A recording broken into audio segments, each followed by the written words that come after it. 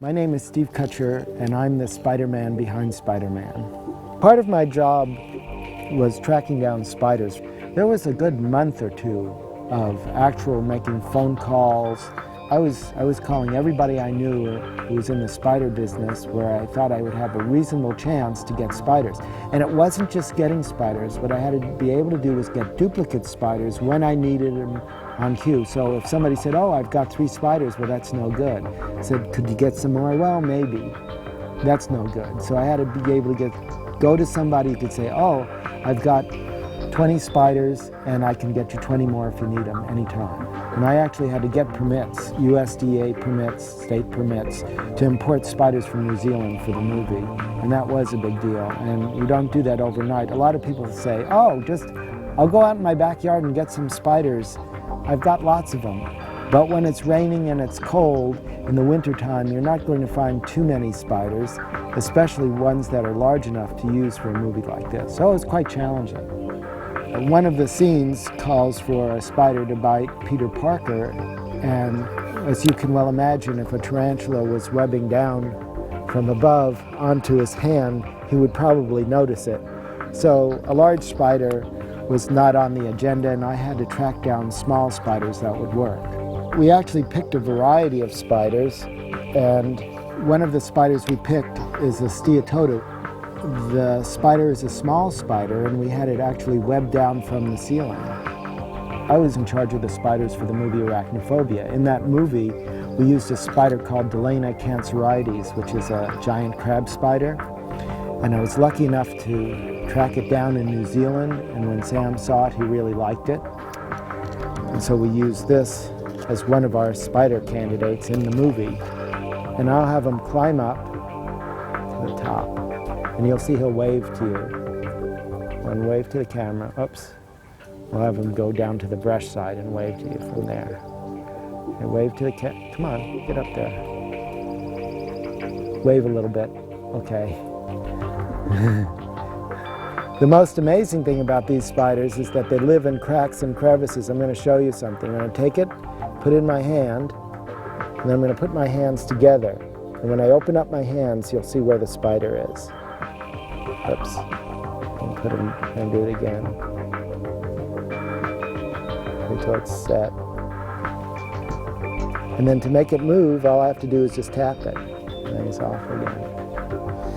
So this is a really active spider, a harmless spider, and a very good moving spider. And actually, it crawls just like Spider-Man. He can walk up walls. I'll put him on this glass, and you'll see he'll be able to climb up a vertical wall just like Spider-Man. So when I got a call to do the movie Spider-Man, I immediately thought of this spider, because if there's one spider that can crawl up anything, it's this one. The original spider, when I first saw the drawings, I had to try to duplicate a drawing that was the artist's concept of what the spider should look like for Spider-Man. And I tried to come up with that, and one of the ways we tried was by putting on prosthetics, and another way we tried was by painting. And when we showed these options to Sam Raimi, the director, he decided on one with makeup, and that's what we did. We went with a specific design.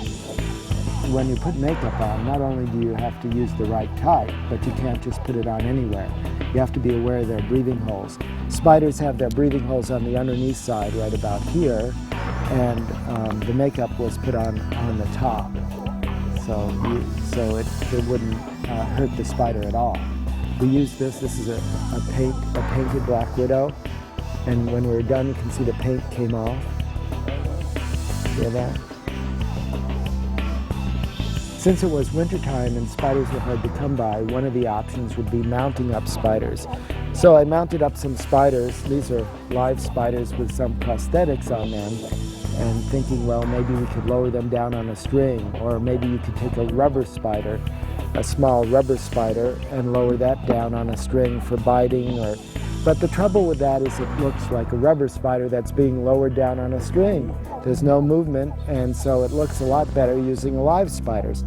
There wasn't that many takes, less than a dozen, because I did not do this alone. I had 4 assistants, Michelle, Matt, and Maya. and all of them were very helpful. And what they would do is they would bring over a rack of spiders like this. And this is also how we kept the spider. So if we needed a spider, all we'd have to do is pull it out. This one. Pull it out of its little cup device. The spider stays in the top, and then I would have them test each spider before they handed it to me so that I knew that the spider was ready to web. And then I would take the spider and web it down and try to make it hit Toby's hand.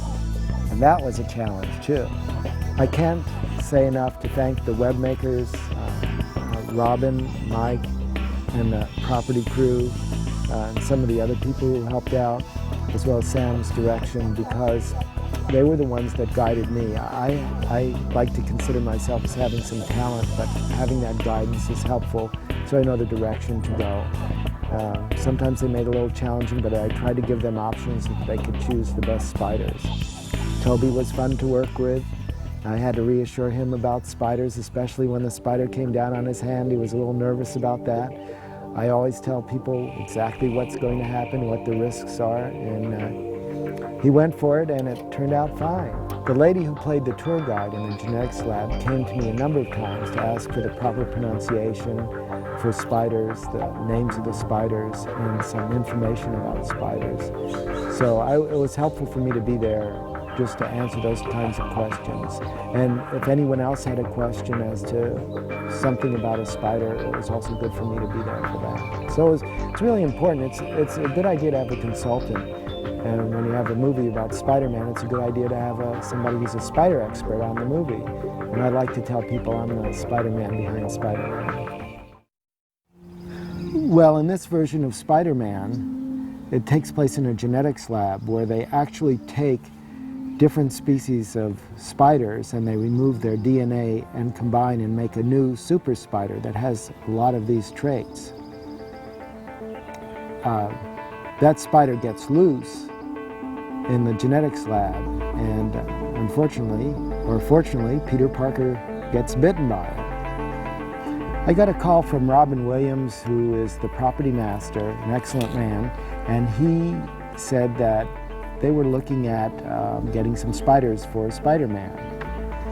And he also mentioned that they had tried out some tarantulas, and Sam didn't want any tarantulas. And so I came in and I did a show and tell. I've been interested in insects and arachnids ever since I was 3 years old. I went on and got my master's degree studying insect behavior. I started working in the film industry around 1977 or 78, and I have a tremendous number of films and commercials and things I've done.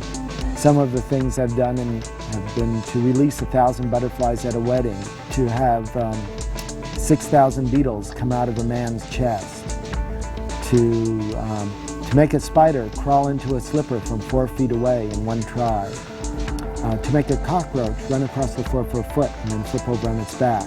So these are the kinds of specialties I have. So when Spider-Man called, I was really excited. I said, this is a movie I should be doing.